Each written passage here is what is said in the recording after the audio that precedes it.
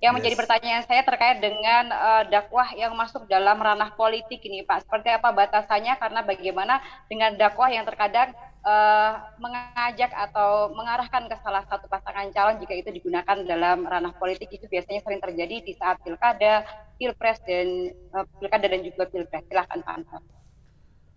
Ya, sebenarnya kalau saya dakwah itu lebih bersifat substansi daripada bersifat praktis.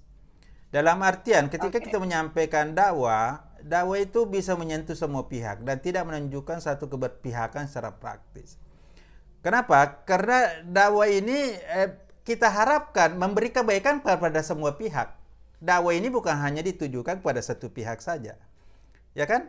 Oleh Betul. karena itu, dakwah ini harus mendorong semua pihak itu untuk melakukan kebaikan.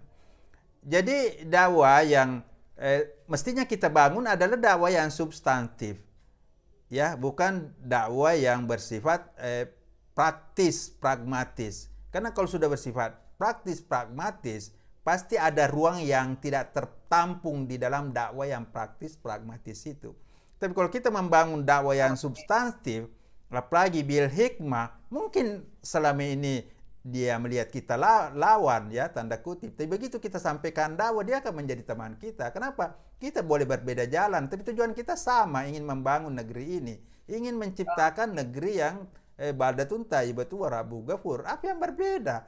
Ya kan? Oleh karena itu saya katakan tadi, dakwah ini sebenarnya harus menjadi pengikat dan jangan justru dakwah itu menciptakan permusuhan. Kenapa? Karena dakwah itu berpihak. Itu adalah model dakwah yang lebih mengutamakan praktis pragmatis bukan substantif. Dan coba perhatikan, kalau dakwah sudah praktis pragmatis, pasti itu ujung-ujungnya menimbulkan permasalahan. Kenapa? Karena ada kepentingan yang tidak tertampung di situ. Padahal dakwah ini sebenarnya dalam sekali. Kita lah yang mendangkalkan dakwah ini dengan memasukkan kepentingan-kepentingan yang sempit. Akhirnya dakwah itu yang jadi seolah menjadi salah gitu ya.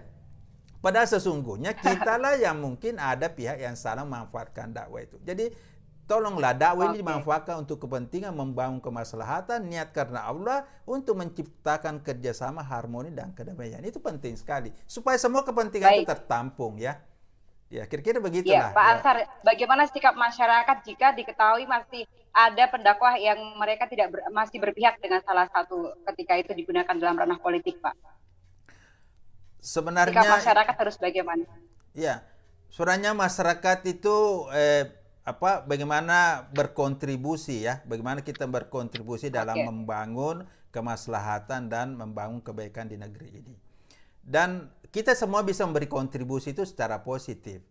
Dan kalau kita selalu berfokus pada pemikiran-pemikiran negatif, pikiran-pikiran pragmatis, pikiran-pikiran yang sempit, justru itu membatasi sebenarnya ruang hidup kita. Kenapa? Hidup kita ini terbatas. Masa kita mau melangkah, kalau kita lihat di situ yang beda politik kita menghindar, terus kalau kita kemana-mana ketemu mereka, kita mau kemana? Pasti tidak bisa kita kemana-mana. Padahal ini kan saudara kita Iya. semua. Cuman bahwa itulah jalan yang kita tempuh untuk menciptakan satu perubahan, menciptakan suatu kedamaian itu. Sehingga kita semua harus terlibat itu karena jalan itu memang harus kita lalui bersama. Tapi bukan Oke. setiap orang yang berbeda jalan itu bermusuhan. Tapi kita menuju tujuan yang sama dengan bergandengan tangan mencapai sesuatu yang istimewa untuk negeri ini. Mestinya berpikir begitu juga masyarakat Oke, itu. harus memiliki kontribusi positif tentunya. Baik, terima Yes. kasih Pak Ansar atas Yes. materi pada malam hari ini luar biasa sekali. Nanti kita akan ketemu kembali di Q&A ya Pak ya, di acara Boleh, tanya boleh. jawab. Terima Iya. kasih Pak, luar biasa.